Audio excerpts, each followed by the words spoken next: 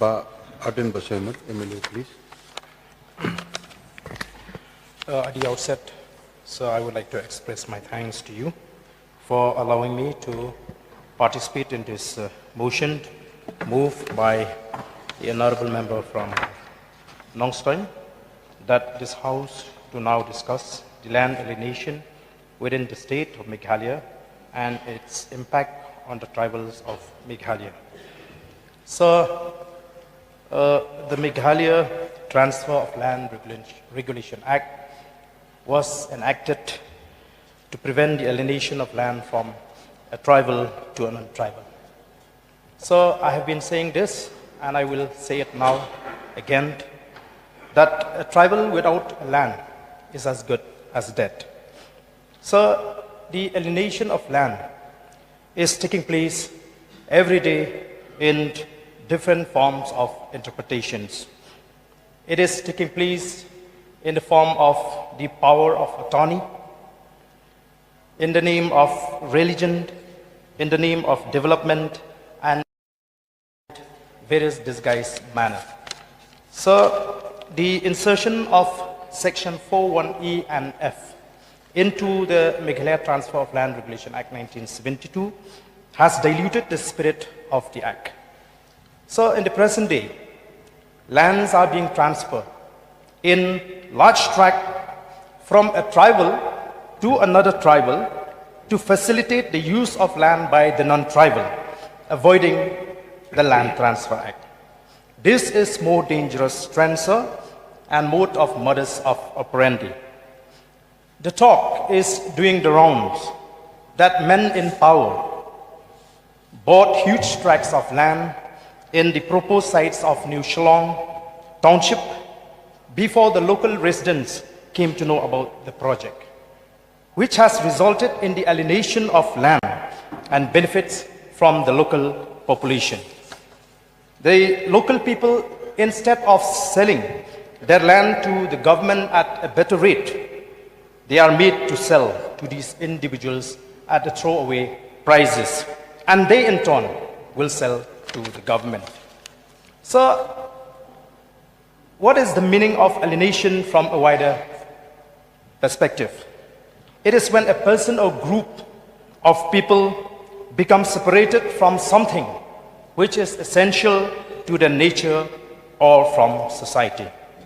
So, we know that we are already having numerous numbers of laws to protect and safeguard our identity and our interest, like the Meghalaya Transfer of Land Regulation Act 1972, the Benami Transaction Act 1980, the Trading by Non-Tribal Regulation Act.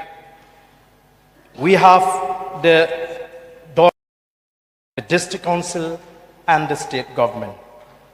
But why are we still afraid for our future? And that the sense of insecurity still dictates our minds. So, according to my understanding, and this is actually, in fact, a crux of the problem, it is all because of corruption. Therefore, the more we try to ignore corruption, the more the danger for the state. The Chief Minister, while responding to the issue of Lokayukta being raised by our honorable member from North Shillong, Ba Adalbert Nongrum, had mentioned that the Lokayukta is fully functioned. So the question here is whether it is allowed to function independently without the interference of the state government, whether its autonomy is being compromised or not. From what was happening recently, it was seen so that the autonomy of the Lokayukta was being compromised. The chairman of the Lokayukta had to remove 3 officials under the recommendation of the state government. The state government claimed that the appointments of these 3 officials were illegal. So it is laughable that it took more than a year for the government to unearth its own mistakes. Moreover, the Chief Minister said that the appointment of serving officials would save the expenses of the government. Oh, what an irony. The same person who is so concerned about saving the state's exchequer when the government appointed the 3 officials in the Lokayukta is the same person who defended the appointment of 175 political appointees. Therefore, sir, the removal of those 3 officials was nothing but a punishment for carrying out their job honestly. It was also a clear message to others that this is going to happen if you should carry your jobs honestly. Please stick to the subject matter. Please. Yeah, sir, I'm coming to the crux of the problem, sir. I've already explained.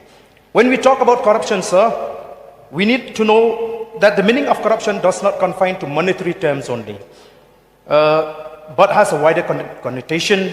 It also means any action which does not conform to the rules, procedures, and practices is also an act of corruption.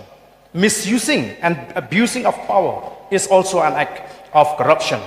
So, I don't want to say this, but I was left with no option. Sir, without any iota of doubt and with conviction, I can say that I've never come across this leadership such as this, which is so vindictive and corrupt. So, it has been a normal practice that the Block Development Monitoring Council, BDMC, in the block level, is to be reconstituted every 5 years. And the names of these members used to be recommended by the incumbent MLA. These committees, as we all know, is a direct link between the blocks and the local representatives. So, however, till today, the government has not approved the recommendations made by the incumbent MLAs in many of the constituencies belonging to the opposition, and instead allow the committees to function comprising of members recommended by the previous MLAs. So I feel this is not fair. I feel this is not fair because we are elected, duly elected by the people. You may not like me, you may dislike me, but you cannot insult the people who have voted us as MLA. So, had it been a personal matter, I would have remained silent, but I will not allow no one to insult the people who have elected us to power. So, the purchase of land by the government to create land banks is also another concern of alienation of land if no measures are adopted to protect the interests of the local people. So, in fact, when we look at the leadership, we always look at them as a fatherly figure who would embrace everyone. Despite our differences, we may have issues, we may have differences in the house. We are here to work together. It doesn't mean that just because we raise issues that we will take it personal. So, sir, on behalf of my people and all those concerned, I would strongly demand from the government to approve the list that we have recommended to the government, failing which I'll be left with no option but to stage a protest to expose the vindictiveness of the government. So with these few words, sir, I assume my seat.